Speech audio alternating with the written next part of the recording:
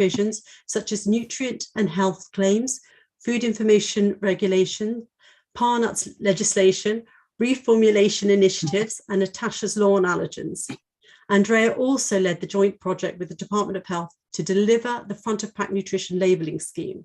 She is currently actively working on the implementation of the new provisions restricting price promotion and product placement in store, calories out of home and TV and online advertising. Andrea, welcome. And now I shall pass over to you. Thank you ever so much, Nadia.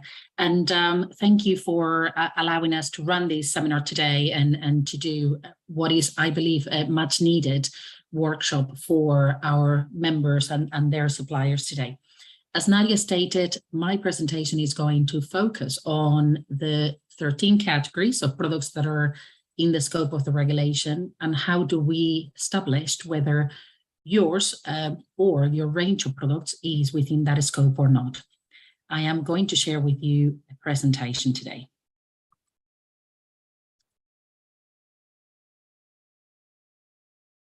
Apologies, let me share a screen. Here we are. Hopefully it can be seen. Yeah, good. As I stated, the presentation today will cover what we know as the food promotions and placement regulation in England. These regulation, a copy of which can be downloaded from that given link, was agreed in Parliament in December 2021 after a couple of years of discussion, and it was published in April 2022. The regulation was published together with a set of guidance produced by the Department of Health, which can also be obtained in the link below. It is important that if you haven't done already, and I am sure the majority of you have, that you familiarize yourself with those two documents. Specifically, the guidance is a lengthy document, but it is certainly worth spending some time going through it. Overall, as I mentioned, we will be focusing on the products that are in and out of scope, but it is very important to understand the reason why, as a supplier, you may have received some instructions from a retailer or retailers that you're supplying to provide certain information. And the reason being is because the retailer is fully responsible for the application of the provisions of these regulation, which restrict a number of elements. The first one is what we call volume promotions.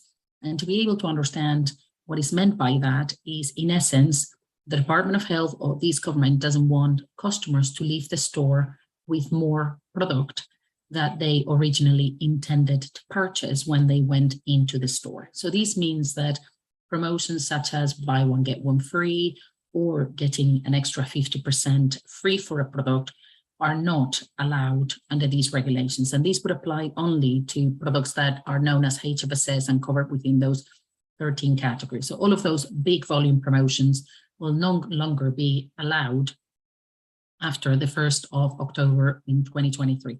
There's a number of exemptions to the volume promotions, and these are namely multi-packs and meal deals, which at the moment are out of the scope of the regulation or specifically exempt.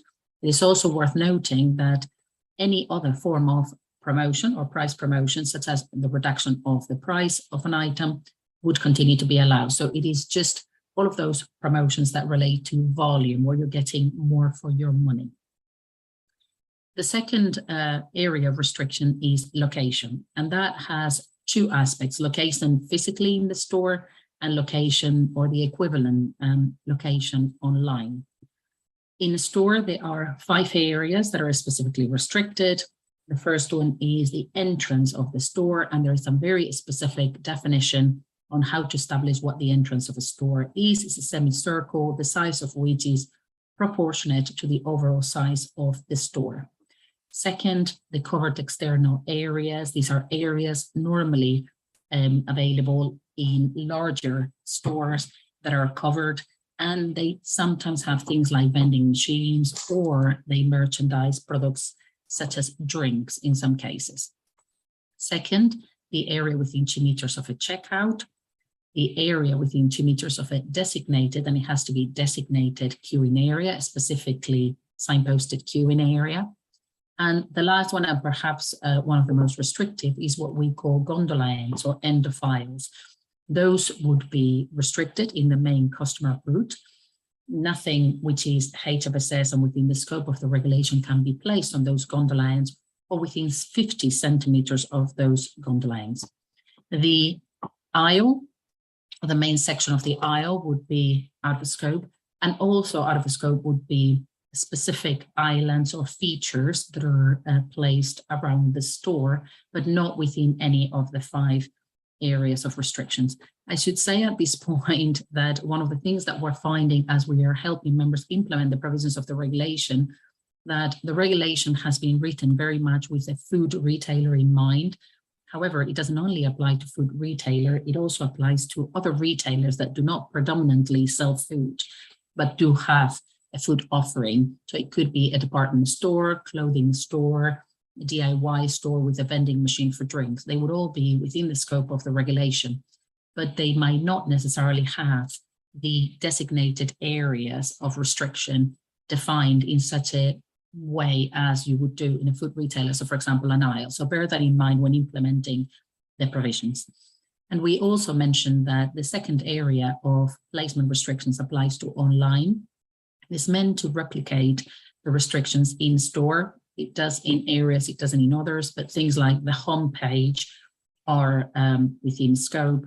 The checkout flow, not just the last page, but the 4 or 5 pages that constitute the checkout flow are also within the scope, as well as the favorites page. And there are some restrictions to searching and browsing, namely related to cross-promotion of categories within the scope. So while chocolates can be cross-promoted, a chocolate and a cake could not be cross-promoted, or a chocolate and a crisp could not be cross-promoted. To establish what products are in a scope, there is 4 criteria. And it is important to understand that all 4 criteria have to apply at the same time. So it's not an either or, they all have to apply at the same time to establish whether your product is or not in scope. The first one is the retailer that you're selling the product to in scope? And this is very important. We've had a number of suppliers stating that they are small suppliers below 50 employees and therefore are not in the scope of the regulation. This is not the case. The regulation applies at retail level, and the only companies that are either in scope or exempt from the scope of the regulation are retailers, irrespective of. So if you're a supplier, if you're a manufacturer, the size or your size, unfortunately, is not a factor that will establish whether your product is in or out of a scope. It would only be determined by the size of the retailer that you are selling to, or the nature of the retailer that you're selling to.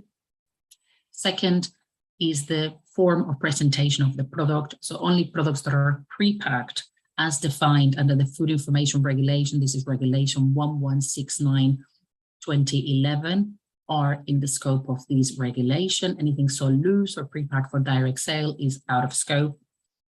Third, and this is what I will be going into a little bit more detail, only products within 13 specified categories are in the scope of the regulation.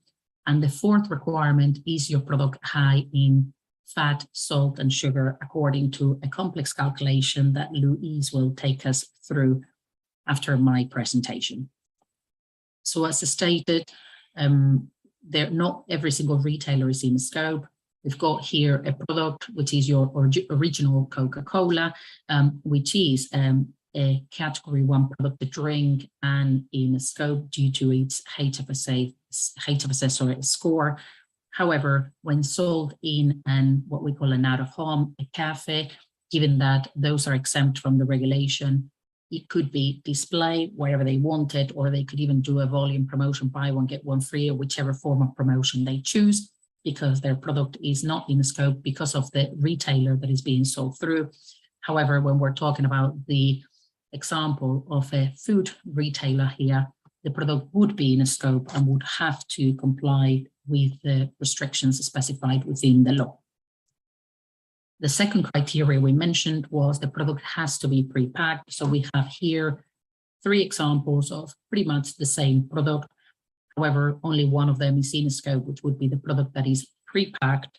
It will be produced for a retailer in a factory where they will pack the product and then it will be shipped and displayed and sold pre-packed in store, that product will be subject to the restrictions within the regulation. However, the products in the middle, one sold loose and the other one pre-packed for direct sales, so packed in store, although very similar in compositional nature, they would not be in the scope of the provisions of the regulation because of the manner in which they are retailed or presented. The example on the right is a feature that contains a mix of products that are in a scope because they are pre-packed and products that are out of a scope because they are sold loose. The retailer in this case, with support and help and working alongside the manufacturer that produces these products, will have to decide whether they split the feature and they allowed for the placement of the loose items in a certain area of the store versus the pre-pack in another area of the store, whether they move the entire feature away from an area that is restricted by the regulation. As I mentioned, there are 13 categories that are covered within the scope of the regulation. So this is criteria 3 and a very important one. Those 13 categories are soft drinks, crisp and savory snacks, breakfast cereals, confectionery, ice cream, cakes, biscuit, morning goods, desserts and puddings, yogurt, pizza, potato-based products, and ready meals. We understand from the Department of Health that they've identified these to be the categories that are more often on promotion and that they are regularly consumed by children. Therefore, and these are the basis on which they've established, they should be restricted. So only products within those 13 categories, which are in addition HFSS, are in the scope of the provisions of the regulation. This is an example, or these are some examples of categories which are not in the scope of the regulation, and this is irrespective of their HFSS status. Some of those products, like cheese, for example, are high in fat, saturated fat, and sold, and their HFSS score would be high. Irrespective of these, they are not in a scope because they're not listed in the annex of the regulation as one of the 13 categories that is within the scope of the regulation. So only those within those 13 categories are within the scope. I mentioned before that there are 2 documents that we have to bear in mind. One of them is the regulation, published on the 6th of April, and the second one is the guidance published by DH to help guide business through the implementation of the law, also published on that same day. It is very important that both documents are consulted, and I will give you in a minute the third document that we hope you find helpful also in helping you understand what is in and out of the scope. Very important, and it's important that you don't solidly rely on the guidance or solidly rely on the law. What I would say is that at points and in several elements, the 2 documents can be a little bit conflicting. If in doubt, use the letter of the law. The end of the day is the only thing that is enforceable, and it is important that you really stick to what the law states. The guidance are supposed to help you, but if the guidance confuses you, go back to the letter of the law. Other supporting provisions sometimes also have to be referred to, and I will give you a number of examples on how to use both pieces of legislation. I should also say that although all 13 categories that I mentioned before are in scope, not every single product within those 13 categories is in scope, and this is where it gets a little bit complicated. So if we're looking, for example, and I'm going to take you through a couple of examples. So if we're looking, for example, at category 1, the category 1 is soft drinks. Not every single soft drink would be covered within the scope of the regulation. The regulation says that pretty much anything with an alcohol level below 1.2% would be in scope, but it also lists a number of exemptions to that rule. One of the exemptions is for alcohol, low alcohol alternatives or zero alcohol alternatives. So we have 2 products here, both of which have ABV or an alcohol volume below 1.2. Both of them have zero alcohol level.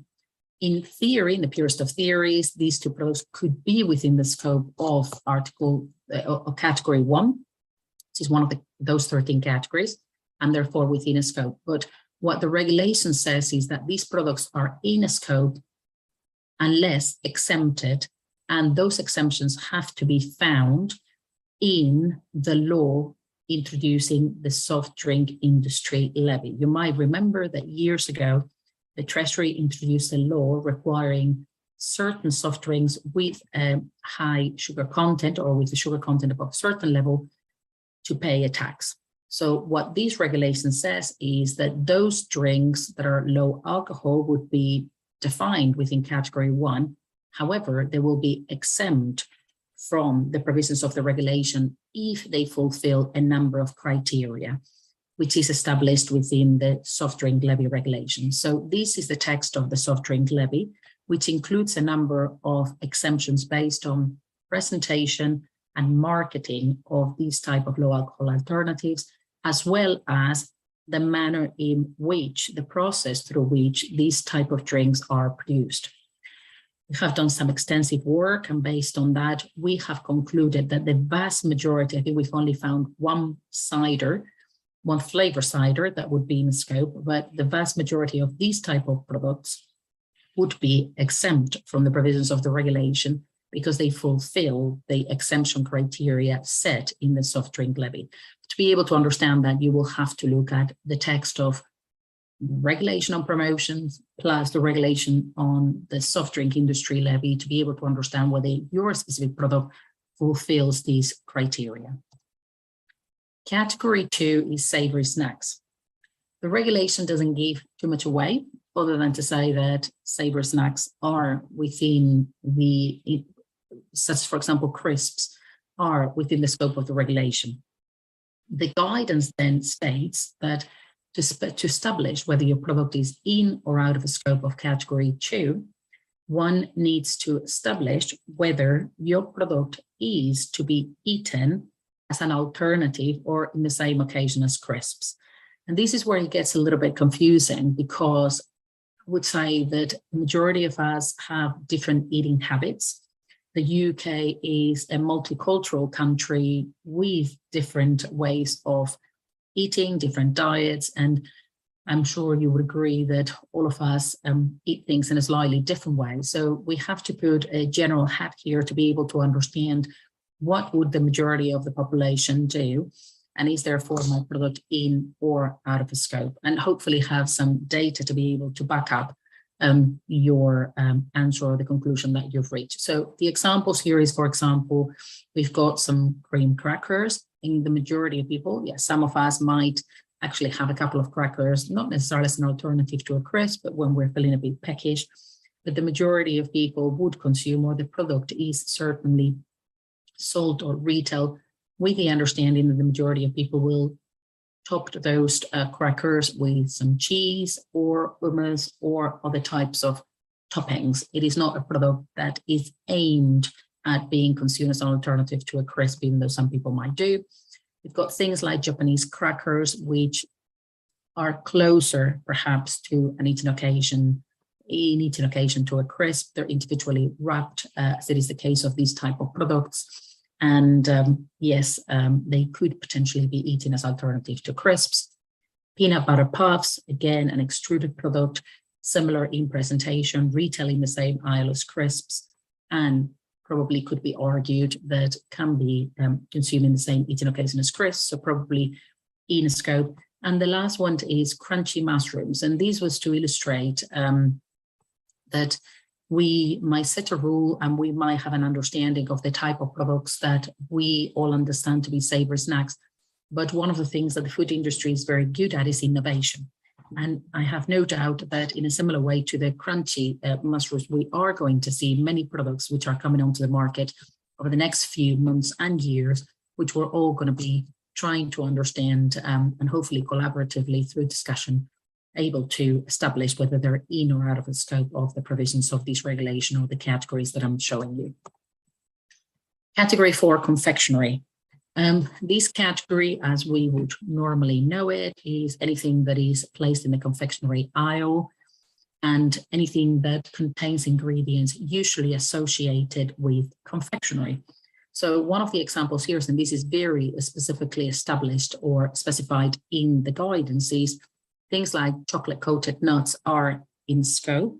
chocolate coated seeds, peanuts, fruit, etc. All of that type of offering, anything that is chocolate coated is in scope of the provisions of the regulation and covered in this category, category 4. However, products that one would deem to be equivalent, and which certainly are equivalent from a nutrition perspective, also attractive to children. And remember that I mentioned at the beginning that the categories have been established, 1, on the basis that they are regularly promoted, and 2, on the basis that they are regularly consumed by children. Quite surprisingly, the guidance state that other sweet-coated nuts, peanuts, seeds, fruit, etc., are out of the scope of the provisions of the regulation, not covered within this category. So things like yogurt-covered almonds, or yogurt-covered peanuts, or yogurt-covered raisins are out of the scope of the provisions of the regulation. So you have to look, as I mentioned before, at the regulation. You have to closely then look at the guidance to be able to establish, is my product in scope or out of scope? And the answer is not always what you would understand logic, or what logic would tell you would be. Category 13, we've done a lot of work on this category because it is a complicated one. And although we broadly refer to it as ready meals, it's probably better described as anything goes, really, as part of this category. It has a very wide scope and a difficult one sometimes. So it includes the types of meals that, or what we would describe as a ready meal. And it is very clearly stated that it could include a carbohydrate component, but it doesn't necessarily need to include a carbohydrate component. It also includes what we would regularly or generally describe as a meal center, also as part of this category. And the third component, or third element of this category, is anything that is breaded and buttered, is also covered as part of the scope of this category. But to illustrate the complexity of it, the top here, one of our members has very kindly put together this slide for me. At the top there, it includes things that we would naturally assume to be part of this category. But at the bottom, there are elements that are out of the scope of the category. It establishes that things that are covered in pastry, for example, are out of the scope. So if we have a sweet pie, they will be in scope within the category on pies or the category on puddings. It depends on the type of product. But if it is a savory pie, anything, it will be out of the scope unless it is potato topped. So again, I would encourage you to go to the guidance document and scrutinize it and look at it in detail to really be able to understand whether your product is in or out of the scope. And this is to illustrate an example. We have 2 products here that belong to, again, one of my members, very, very similar type of products. One of them is pork shoulder and the other one is smoky barbecue pulled pork, very similar in nature. The product on the left is accompanied by a sachet of toffee apple sauce, and we believe this is probably tipping it over onto it is likely to be in scope, versus the product on the right, it is unlikely to be in scope because the category 13 description states that any product that is glazed or marinated or covered in a sauce that is absorbed into the meat or fish when the product is cooked, it is out of scope.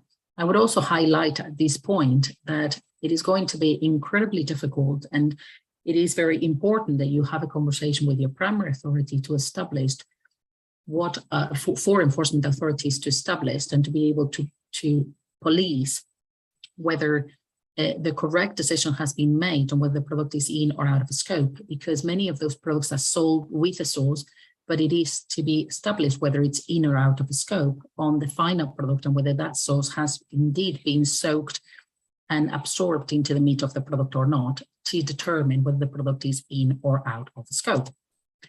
This is another interesting example of a product where a burger in a bun is specifically listed as in scope of category 13. However, category 13 has a general principle that establishes that if the product is not intended to be consumed, as the main meal, and one could argue that a canapé, party food, small bite is not indeed intended to be consumed as a main meal, they would be out of a scope. So a quarter pounder presented, pre-packed in an aisle of a supermarket would be in scope and cannot be placed in a restricted area of a store or volume promoted.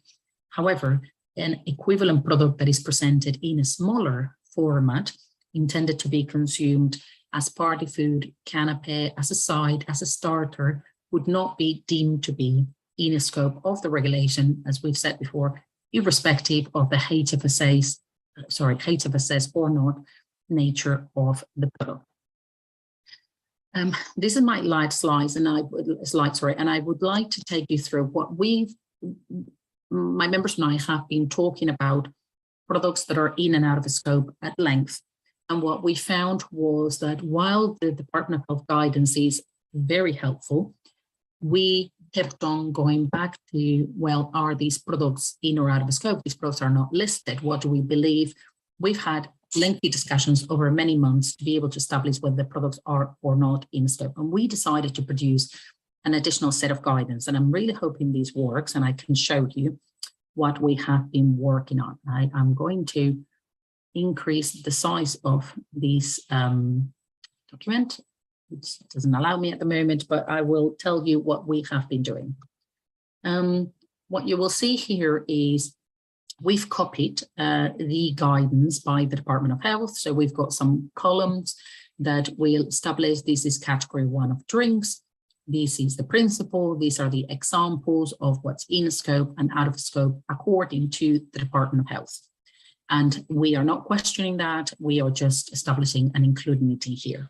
What we have then done is we have added products that are not listed in the examples given by DH, but what we've been looking at the whole range of drinks that we have in the store, and we've concluded that based on the regulation, based on the guidance, and based on our understanding of the provisions is the answer. So we've included, for example, products here in the scope like smoothies and all smoothie blends. We've included all products equivalent to dairy alternatives in here. So what we're hoping, and kombucha is one of the products that is in scope as established by the Department of Health, but we've provided clarity to establish that the added sugar element that is important to establish whether the product is in or out of scope does not only apply to the addition of sugar as such, but also the addition of sugar to these products for fermentation purposes. So we've included a number of additional products that are in these in scope. We've also included products that are out of the scope. So we've expanded the list and hopefully you've got a more comprehensive list. And we've also included here comments. So a commentary of given additional guidance, for use another word, on how to better interpret what is in or out of the scope. And this has been important on products like category 2. And what we've said before was one of the criteria was, is the product consumed as a crisp or not? What we have done in our document is give you 5 parameters that will give you or that will help you understand whether your product is in or out of the scope through a number of questions such as the packaging, the presentation, size, the placement in a store, the consumption pattern that you are expected that product to take, etc., etc. We're hoping that this document is helpful. We are launching it tomorrow. We'll send everybody in the webinar a link, but it will be freely available on our website. It is going to be reviewed periodically because I have no doubt that to the best of our abilities, we've included as many products as we possibly can, but we are going to be getting questions. So I've mentioned at the beginning of my presentation, it's very important that you look at the regulation, the Department of Health guidance, and we hope you also use these documents as your third tool to be able to establish when you are filling in your sheets, working through GS1 or any other tool that you are using to pass on information to a retailer. You use our document to be able to help you and guide you on whether your product is in one of the 13 categories and in scope of the provisions of the regulation. Thank you ever so much. Thank you, Andrea, for a great presentation. Unfortunately, we weren't able to see the document through that link. I've seen a number of people have mentioned that, but not to worry, you said that it is going to be available on your website tomorrow. So hopefully everybody who said they weren't able to see it, it will be available tomorrow on the BRC website. Apologies for that. This is the wonders of technology, but indeed, you will get a copy of a link first thing tomorrow. Yeah, no problem. We have, as expected, had lots of questions come in, and what I've done is I've actually sorted them via how many have been upvoted. So may we kick off now with a question that 4 people are really interested in. How long does a fixture gondola end need to be in place in order to be classified as an aisle rather than a single fixture gondola, and for the aisle end restrictions to apply? Good question. We do not believe it's a matter of time for the feature to be presented in a store or not. It is to do with shape. It is to do with the context in which that feature is actually presented in store. It's also not to do with size, because it has to be proportionate to the size of the store. We've tried to define an island as a certain size or a certain shape, and it doesn't really work. So it's really for you to establish whether what you believe you have is a feature, an island. It is something that you might be using, for example, seasonally for Christmas. Many of our members will certainly include that in their stores. We've been talking about, for example, having a number of pallets and putting things like chocolate boxes. We believe it is an island and therefore out of scope. So it's not really a time frame element. It is really to do with the shape and size in the context of the store in which that feature is presented, that will establish whether you indeed have what they call, broadly speaking in the document, an island, or whether you have an aisle and therefore it is, or certain sections of it are within scope. Lovely, thank you very much. The next question has come in from Jennifer Dawson. Is the landing page of a website where there is an offer like sign up to get 10% off within scope? The landing page, well, the landing page was actually a concept that was in the draft regulation, which they've now changed to the home page. So you can land in any page, not necessarily covered within the restriction of the regulation. It's just the home page, the main page, the front of the store equivalent of your website that is restricted by these regulations. You might be on a general browser looking for certain product in a certain website, and you would go to that specific page. That is not necessarily restricted. The restriction is from your main homepage, the main page that you present. Sorry, forgive me. Is it also on the checkout page, I understood? There are 4 elements online that are restricted. Is the homepage, not landing page, homepage. It is the favorites section of the website. It is the checkout section of the website, but it's not the checkout page, it's the checkout flow. There's 4 or 5 pages that constitute the checkout. All of those 4 or 5 pages would be restricted. And then there's a number of restrictions on browsing and searching, all related to cross promotion. So you can browse and you can search naturally and normally, but the use of a number of carousels at the bottom or things like banners have to be carefully managed, because they cannot cross-promote a different product within a different category within that Annex 1. Okay, so quite a lot online to navigate. is complicated. Yeah, a lot to navigate and for all of our retail audience. The next question from Charlotte Berry. Can an in-store bakery not classed as pre-packed be sold at the front of a store on tables? Yes. Is the answer. So, of course, I think I ought to say that the regulation is very clear that anything that is non-prepack or prepacked for direct sale is exempt from the provisions of the regulation. Some of you would have seen in the media that a lot of non-governmental organizations are concerned about the fact that many products are not covered within the scope of the regulation, and are asking many retailers to apply to the ethos of the law, not just the letter of the law. So the pure theory is, yes, you can move your in-store bakery to the front of the store and you would be fully compliant. You can put all your alcohol at the front of the store, you will be fully compliant. You can put your pick and mix at the front of the store, you will be fully compliant. Difference is, should you be doing it? It is obviously down to each company to decide on how desperate you are for a space in your store to establish what can go where. But in the purest of theories, the whole in-store bakery pretty much can go in any restricted area because it's not in scope. Yeah. That sort of leads on to the next question from Greg Pearson. Are all BRC members committed to implementing the BRC guidance on HFSS rather than proliferating differences in interpretation? So I think you've probably covered that, yes. But if you want to reiterate what you've sort of heard from BRC members. I can confirm that all members, and this doesn't only include the food members, which obviously have been the most active ones, given that they're going to be the ones most impacted, but all of our members have partaken in the development of those guidance and will be following the guidance. Now, I think I should add the caveat that there are areas which are particularly confusing and difficult. And these are, for example, things like protein bars. They are complicated. They're all different in nature and composition, and the guidance provided by the Department of Health are very vague.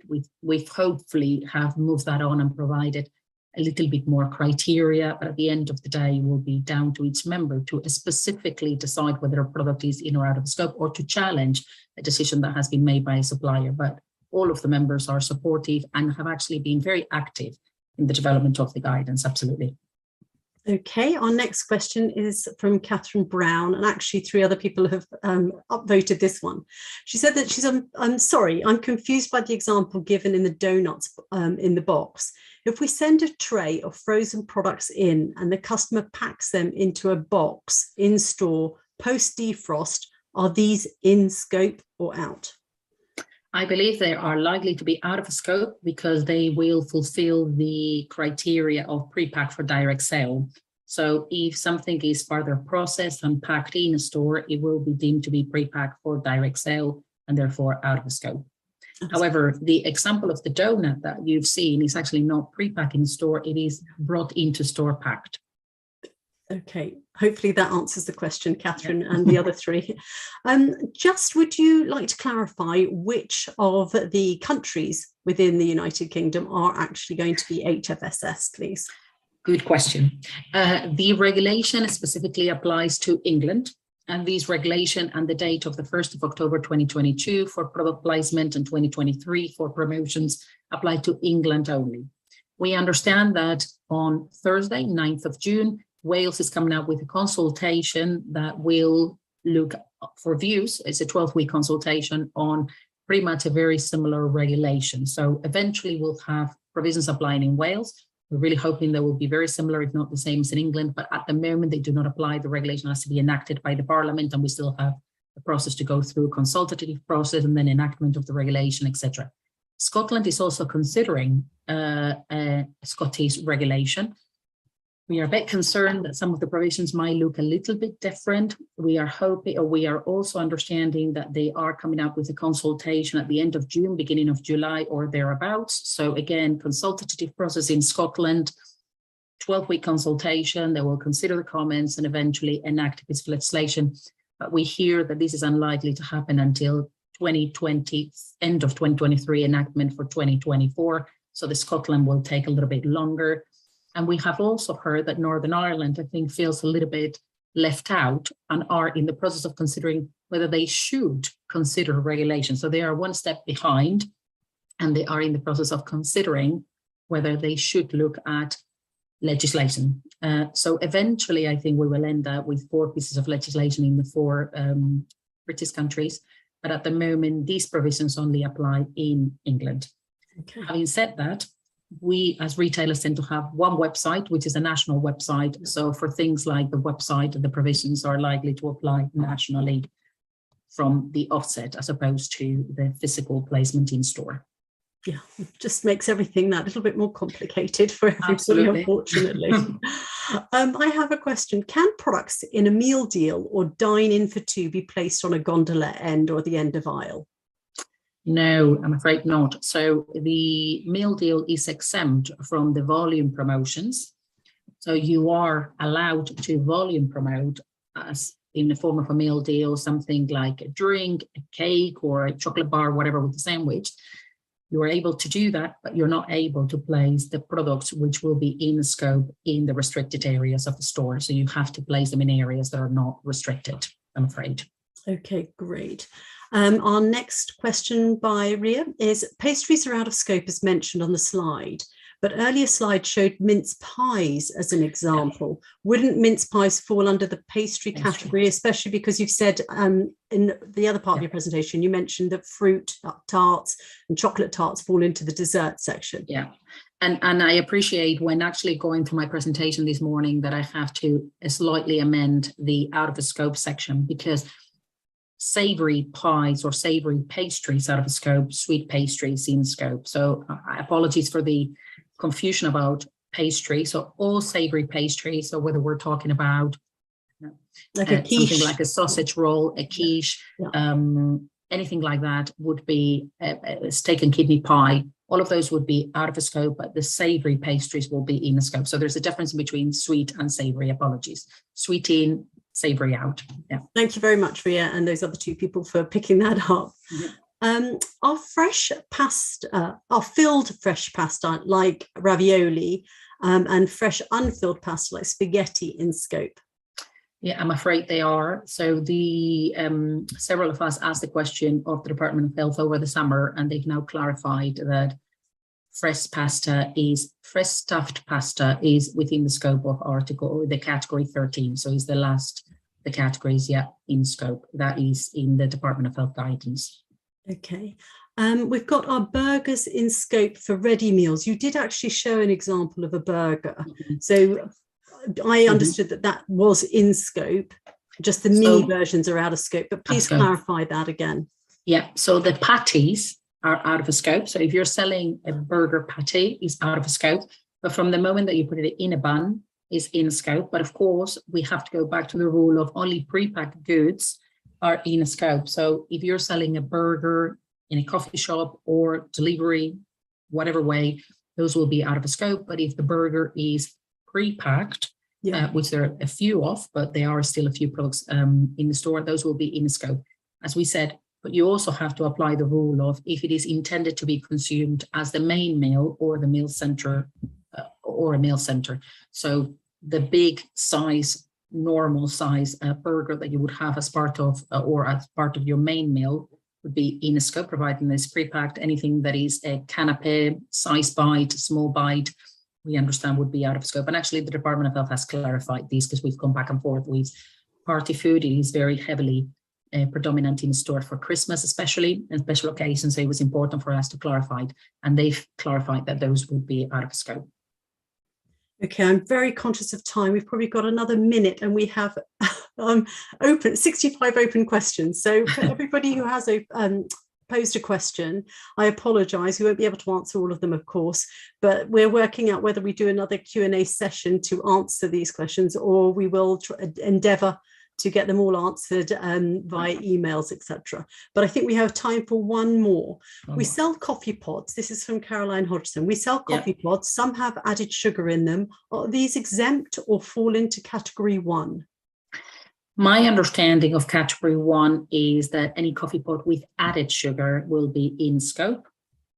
Anything that does not have added sugar will be out of the scope. However, there is a discrepancy in the guidance that does not exempt coffee pods with no added sugar. We believe this is a mistake, and we are in the process of clarifying these with the Department of Health, who also believe that it was an oversight.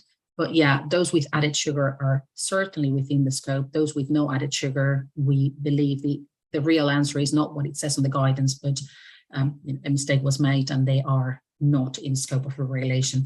Pretty much anything in category 1, you can use the rule of, does it have added sugar or an added sweetener? And that will make them in scope. If it doesn't have a sweetener or a sugar added to it, even if it will be out of scope. That is the general rule to establish what is in scope or not in category 1. Wonderful. Of course, then supported by the HFSS or not analysis that Louise is going to take us through, which is the other element or the other criteria that has to apply for any product to be in or out of scope. Well, thank you so much, Andrea. Thank you, everyone, for your questions. But we must press on, otherwise we're not going to get a chance to get and hear from Louise. Thank you. Pleasure. And I'll endeavour to answer. Sorry, I'll endeavour to answer the questions in writing for all of you, for all those questions that we haven't managed to get to. Thank you. Fantastic. Thank you. Right. We're now going to dive down to the next level and help you determine how to calculate your HFSS score using the nutrient profile model.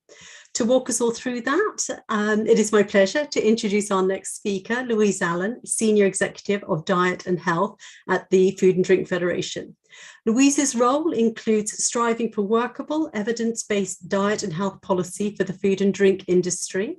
In 20 years at the FDF, her work has included helping to shape school and nursery food standards, advising on reformulation policies and folic acid fortification. She is the FDF's lead on UK food and drink advertising rules, including the UK nutrient profiling model and its application, and also works closely with a number of advertising bodies to share knowledge. Louise, welcome and thank you. I shall hand over to you now.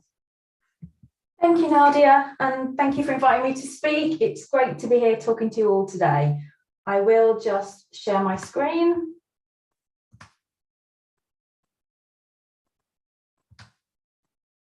Right, hopefully you can all see that.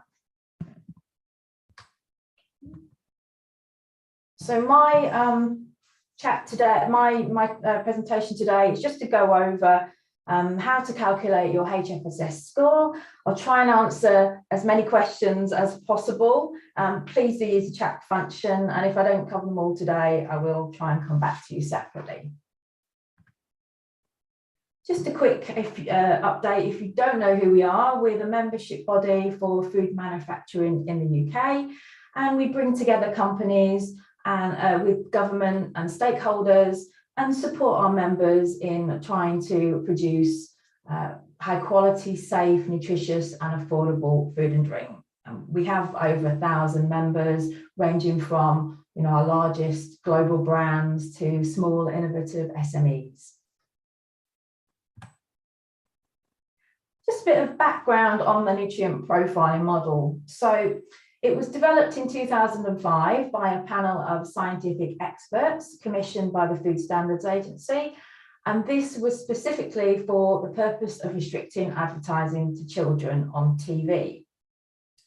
Today, the model is currently used to identify HFSS, that is products high in fat, salt and sugar, for the purposes of restricting advertising to children on TV. This has been in place since 2007. And to restrict advertising to children in non-broadcast media, such as cinema, print, internet, and outdoor advertising since 2017. As you know, in the future, the model will be applied to specific categories in scope to restrict the location of where products are in store and online from October this year, to restrict multi-buy offers in store and online from October next year, and to further restrict HFSS TV, so a 9 PM watershed, and pay for online advertising from January 2024. So what is the model and how do you use it? So the tables I've put on the left-hand side are directly from the government guidance. Hopefully you've seen these before, but if not, don't worry, I will put a link up to the guidance that will repeat everything I'm about to say. So the model is a scoring system where you use the nutrient information per 100 grams of your product to determine a score for a range of components. So you look at the nutrient information for your product per 100 grams and work out the scores for energy, saturated fat, sugars, and sodium, or so-called A nutrients. Do the sum of those, and then take away the points scored for fruit, veg, nuts, fibre, and protein. You tot up your score, and if your final score is 4 or more, your food is HFSS. If it's a drink and it scores 1 or more, it's HFSS. The only other thing you need to consider is there is a safeguard that was put in the model to prevent products high in protein being classified as healthier due to their high protein content. So if your product does score 11 or more A points, you can't take away the score for protein. You can only take away the score for fruit, veg and nuts and fibre. Again, there's an exception to that. If your product scores 5 or more points for fruit, veg and nuts, so is over 80% fruit, veg and nuts, then the protein cap doesn't apply regardless of how many A points you have. So as I mentioned before, I've put a QR code on there that does link to the government guidance.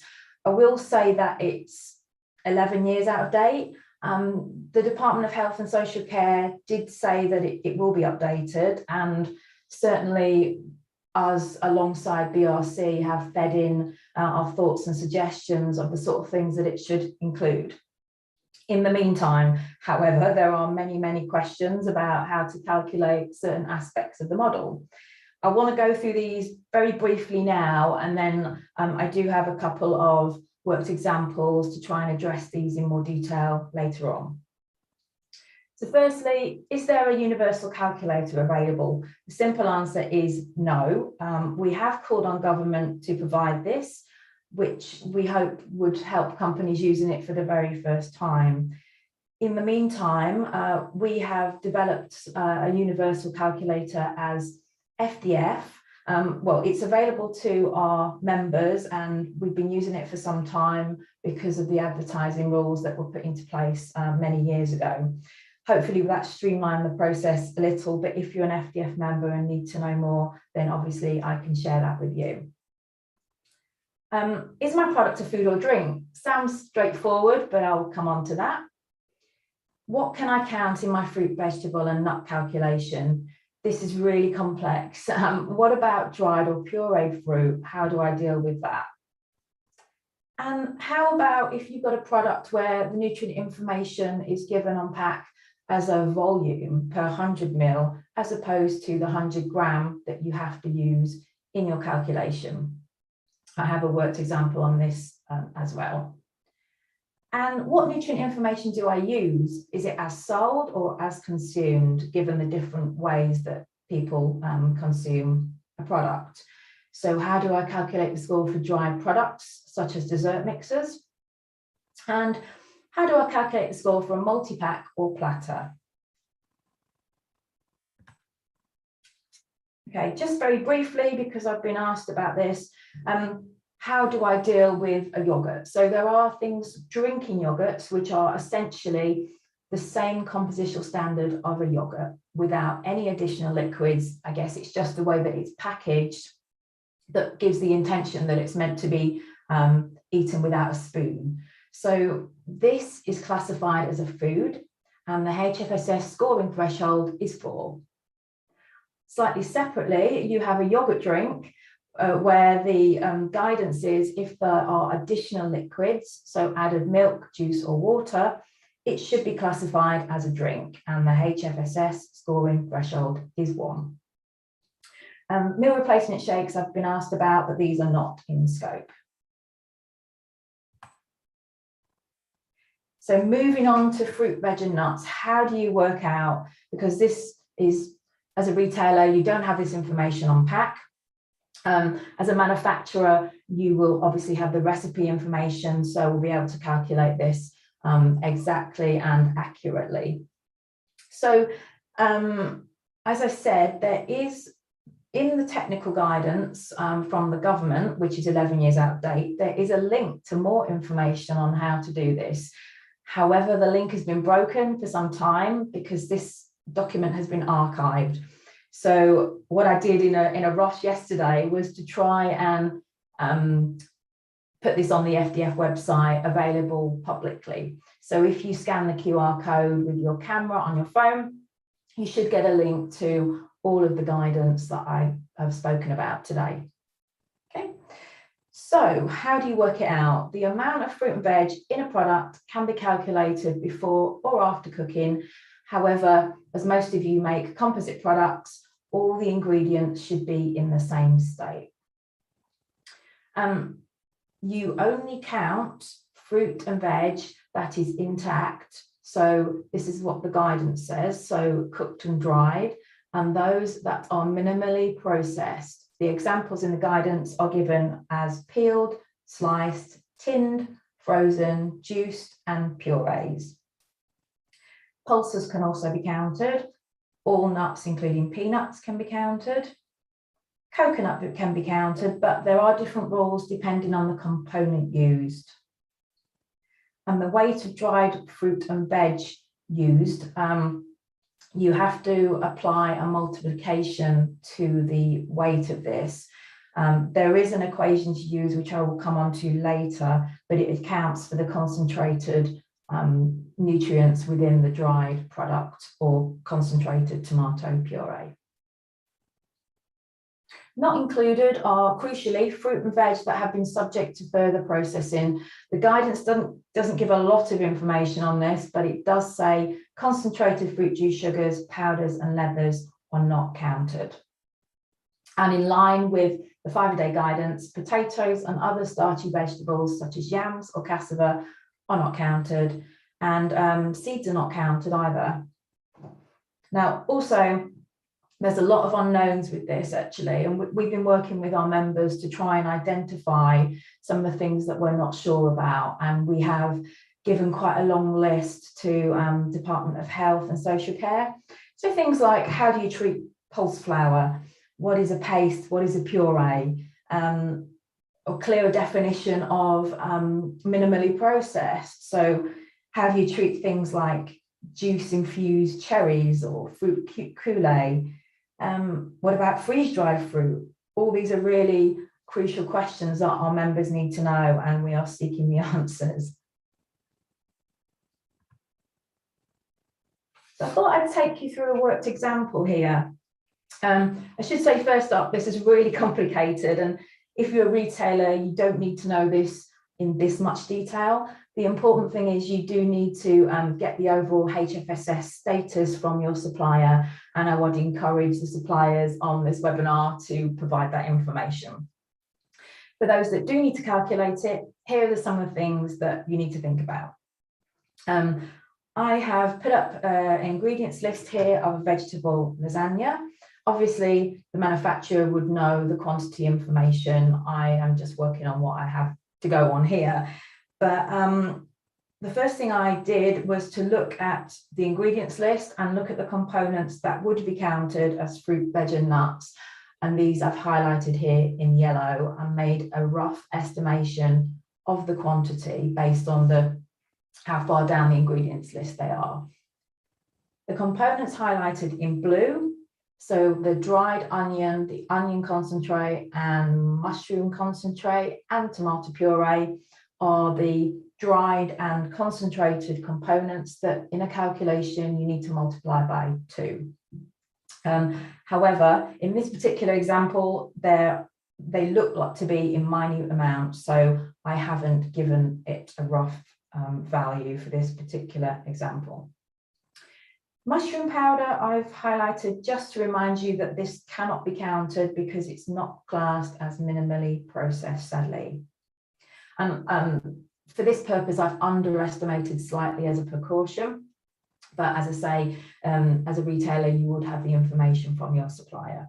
So I've worked out in this case, there is 35% fruit, veg and nut in this product.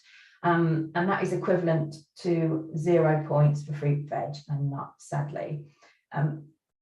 Just to remember that the fruit, veg and nut threshold scoring is actually quite high. So a product needs to be over 40% fruit, veg and nuts to even score 1 point on the model.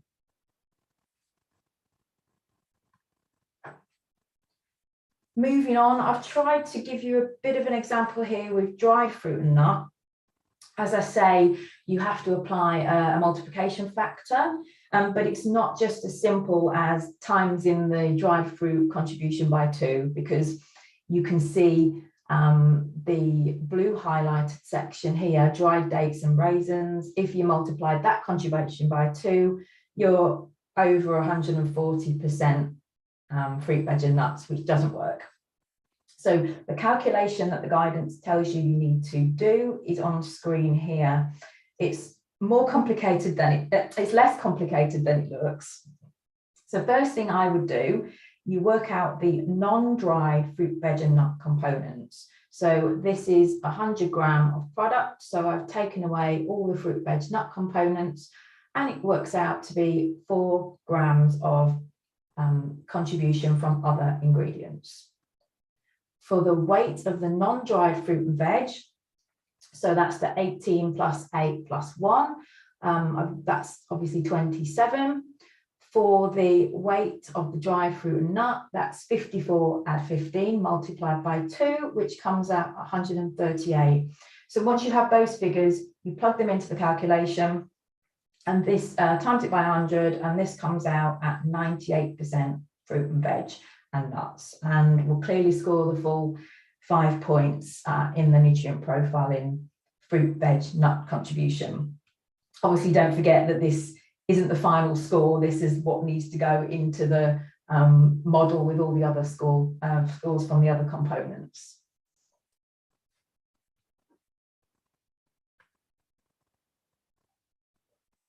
Okay, I'm asked about this a couple of times.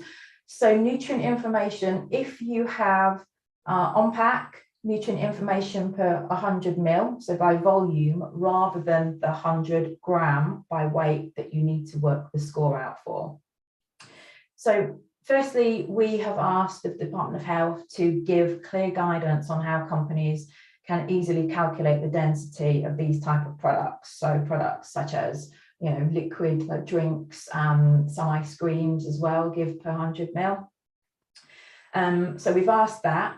In the guidance, it does refer to the math portion size book, which is quite old. You can also get this information from McCants & Willison. In the first instance, as a supplier, I would say that doing the analysis yourself is obviously the most accurate, but as I say, you can get information through McCants & Willison, and we are asking the DHSC to give a guide as to what different types of product would be roughly. So this example is, so just an example, the specific gravity for vanilla ice cream in the math portion size book is 0.55. So that is equivalent to basically 55 grams of ice cream in weight. So the nutrient information on the left is per 100 ml or 55 grams. And I've scaled that up in the column on the right to show the nutrient information per 100 grams. And that's what you need to put, that's what you need to use when you're doing your nutrient profiling calculation. If this example looks familiar, it is actually in the government technical guidance, and it's actually one of the examples that we've gone back to the government on because we actually believe it to be slightly incorrect. We think that they've got the tables the wrong way around in the guidance, because they're saying that 55 grams of ice cream has more calories than 100 grams of ice cream, which doesn't quite make sense. So we have fed that back to the government. Another question I get asked a lot is, what nutrient information do I use? So almost all scores should be based on the nutrient information as sold. So even uncooked frozen products, it's all on as sold. The only exception is products that need reconstitution before consumption. There's a couple of examples there on the right. So custard, cake mixers, drinks powders. And when you do the calculation, the nutrient information you use is the one that you put on pack or on your website to the consumer. So that also needs to include things like if you add an egg, you need the nutrient information of that egg, or if you add milk, you need to work out the nutrient information of that milk and work it out on a 100 gram basis of the product as made up. There are some products that Andrea has been telling me that retailers have questions about. So ready meals, pizza, potato products specifically, there are a lot that label as consumed data. Now, in my first instance, I would say go back to your supplier who will know the HFSS status based on as sold data from recipe. I wouldn't advise using that as consumed data as a retailer, because there might be slight differences in the overall score because of the difference in the nutrient density. So I would say in first instance, go back to your supplier to get the as sold data.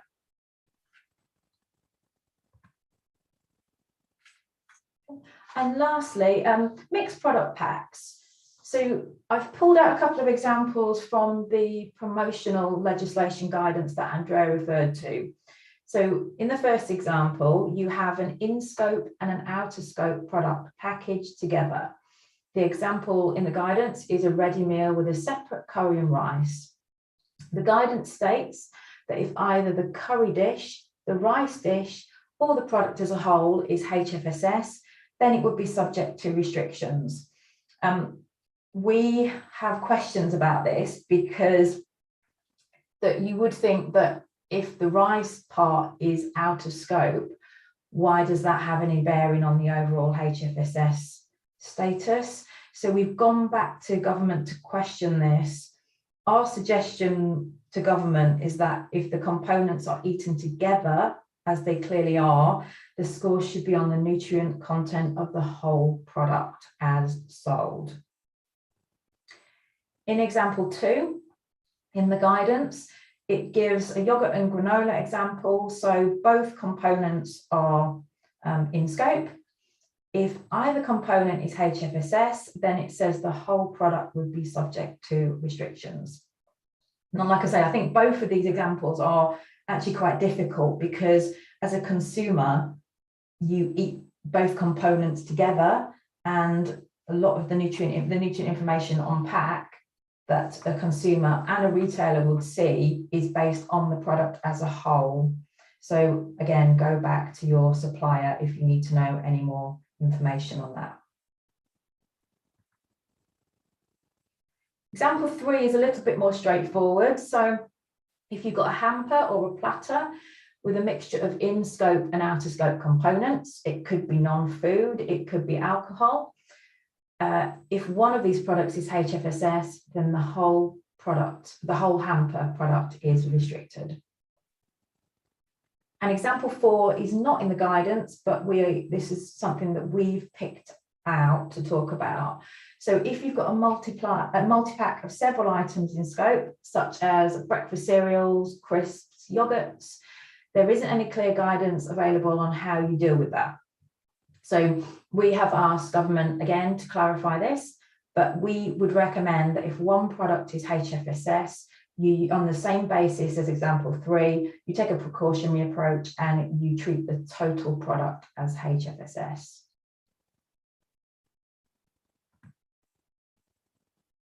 Okay, this is my final slide, and I just wanted to pick out a few of our resources that are available. We do have quite a few things, not just available to FDF members, but available publicly as well. So please do put your phone over the QR codes and it will take you to our further information on our website. And I will just have another plug for the nutrient profiling model calculator, which has been really helpful in trying to identify which products are in and out of scope.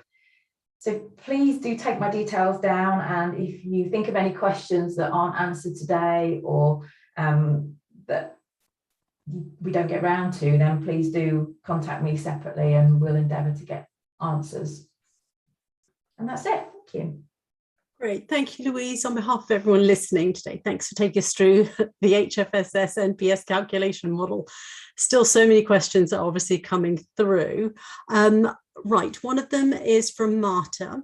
Can we stay with declaring as consumed Nutri values on pack, even though as sold values would be used for the HFSS calculation? Sorry, can you ask that one again? Because I was taking. Yeah. So can they stay with declaring the as consumed on the packaging itself, even though they recognise that suppliers recognise that it's actually as sold values that need to be in the HFSS calculation? Yeah, I mean, because ultimately the information on pack is for the consumer, so you don't want to lose that. But yeah, obviously you do need to know what is as sold as well, but that doesn't have to be visible to the consumer. Okay, lovely, thank you. Ailing Ahan is asking, I'm confused about the calculation for the naked bar. Some nuts were considered dried fruit and nut, but cashews were non-dried fruit and nut. How do you define both? That's a really good question. I don't have a definitive answer because this is one of the issues that we are asking government to come back to us on. In the guidance, all I can say is what's in the guidance at the moment is the guidance only talks about dried fruit and vegetables and the multiplier for those. It doesn't talk about dried nuts. So I would assume that if you're using dried nuts, you just count them once, you don't add in the multiplier, but we're trying to get clarification on that. Okay, I think there are still so many grey areas, aren't there, that actually makes this such a challenge for suppliers. Richard Henderson has asked, what about chai seeds? Oh, just as I was reading that, my screen jumped. I think it was about chai seeds, flax seeds. I'm so sorry, my screen just jumped. Lots of other questions came in, but I'm sure the question was around how do they contribute to the calculation? Yeah, they don't, unfortunately. Seeds are not counted. We're asking for clarification as to why not. And I think the slides will be shared after this. So again, if there's any questions around what you think is classed as a fruit or a vegetable or a nut, the information is in the further guidance, which is the link that doesn't work in the technical guidance that we put on our website. So I will just refer you to that if there's anything you're not 100% sure about. Great, thank you.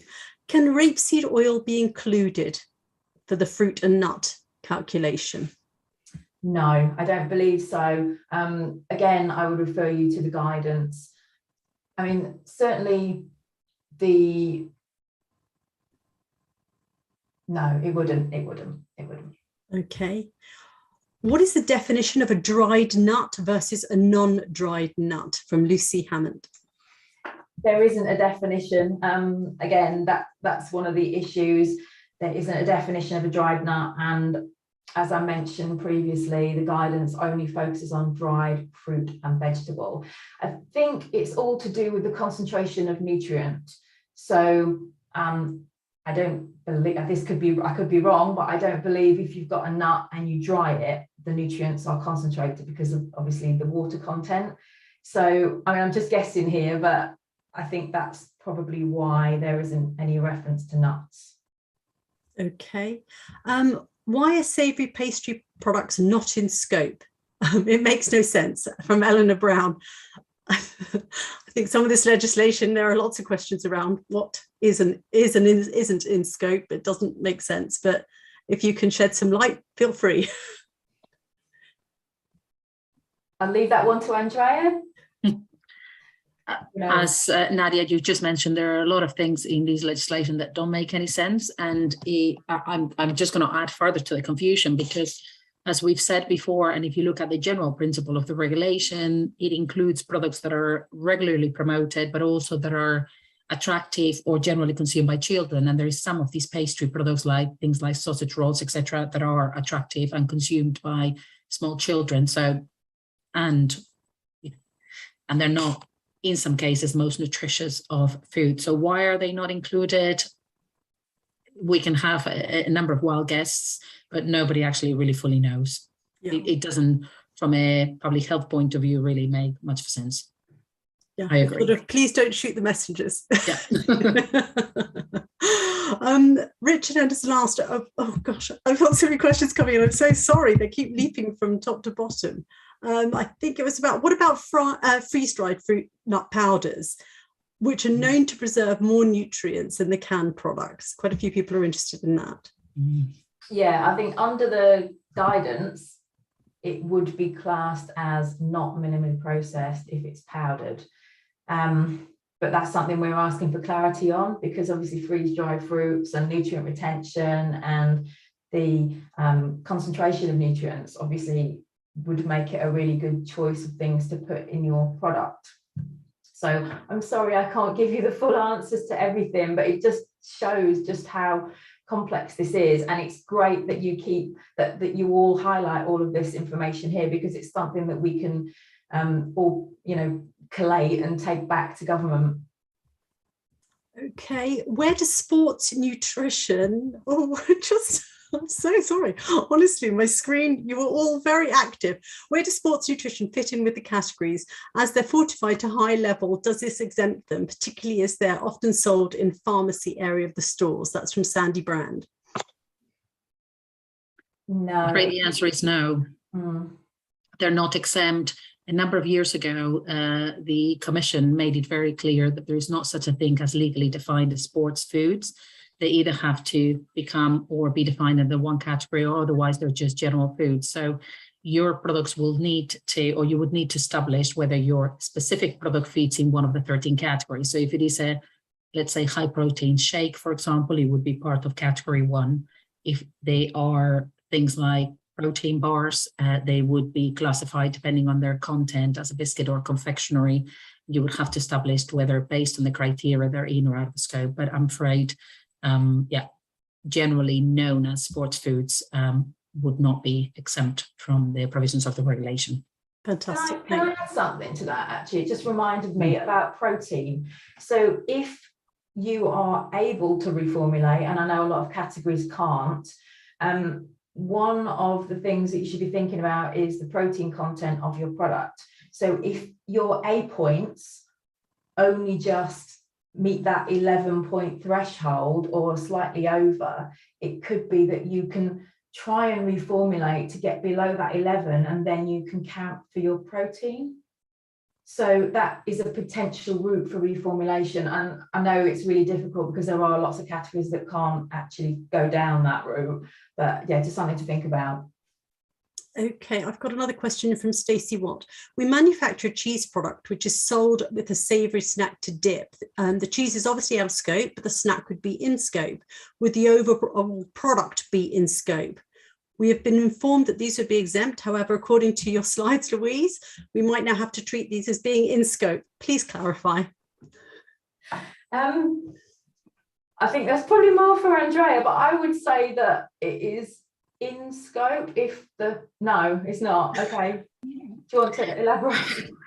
We have discussed these for hours at a time. And we believe we've settled, and we've had quite extensive discussions with our primary authorities as well. And we've come to the conclusion that they are out of scope. We've also asked the question, I should say, to the Department of Health about 8 weeks ago. We haven't got an answer yet, but we believe at this moment in time they're out of scope, because they would, if in scope, they would be in category 2 as a savoury snack.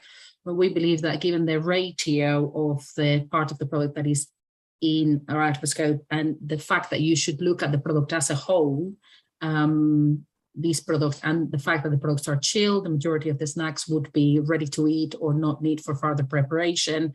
Not every single one of the varieties has an element that is in scope. So the overall general consensus is that most of these type of products are out of the scope.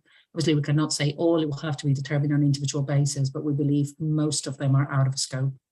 Okay, thank you. Roasted and salted nuts, are they in or out? Out. Out. Okay, lovely. We've started, Cameron from Marsden has said, we've started HFSS. When there is still so many things that are correct and out of date, should we wait until everything is defined before we start work and then need to change things? I wouldn't advise that. I think obviously the 1st of October will be upon us before we know it. So the best that we can advise is we go on what guidance is available now, and if there's anything that you specifically need, we will try and collate that maybe between us, Andrea and Nadia, and we'll go back to government with outstanding questions, which we have. It's been a process that we've been doing, on and off for quite a while now, and we are getting some answers. So, send them on, and we can see what we can do.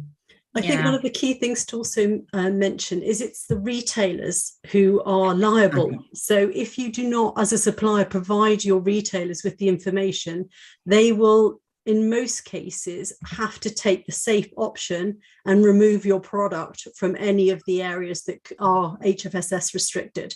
So better to provide them with your calculation as it stands now, giving them the information that allows them to do all of the in-store planning and also all the online planning. Absolutely, and I would echo that. I think what we have to bear in mind is that the date of compliance is 1st of October, but to get to that date, we have to work backwards as a retailer and get to that compliant date, having done all the different formatting, in some cases, there is some extensive featuring work that has to take place in store, as well as all the algorithm work that goes on the website. So we really pretty much need the information on product now. So I would urge you to, if in doubt, talk to your primary authority, talk to your trade organization, use your common sense, potentially even look at worst case scenario, work through, what do you think your product is, talk to the retailer or the retailers that you're supplying. They'll be able to provide you with some guidance. There is several routes through which you can get a little bit closer to the answer, but please don't leave it until we'll get answers, because my gut feeling is I don't think we're going to get some answers even by the 1st of October. I think the process through to get clarity has been, for some of us, quite lengthy and not necessarily very successful at times. Yeah, and as you said, it's a huge amount of work for the retailers to do. If you haven't used Product DNA, by all means, get in touch with GS1 and we can help you get your information through to those who are participating. I know that's not all retailers, but there are resources available to help you. Mm-hmm. Probably one more quick question. Does fruit juice that is from concentrated but is reconstituted to the definition of fruit juice and nectars legislation count as fruit? Maybe it wasn't a quick one.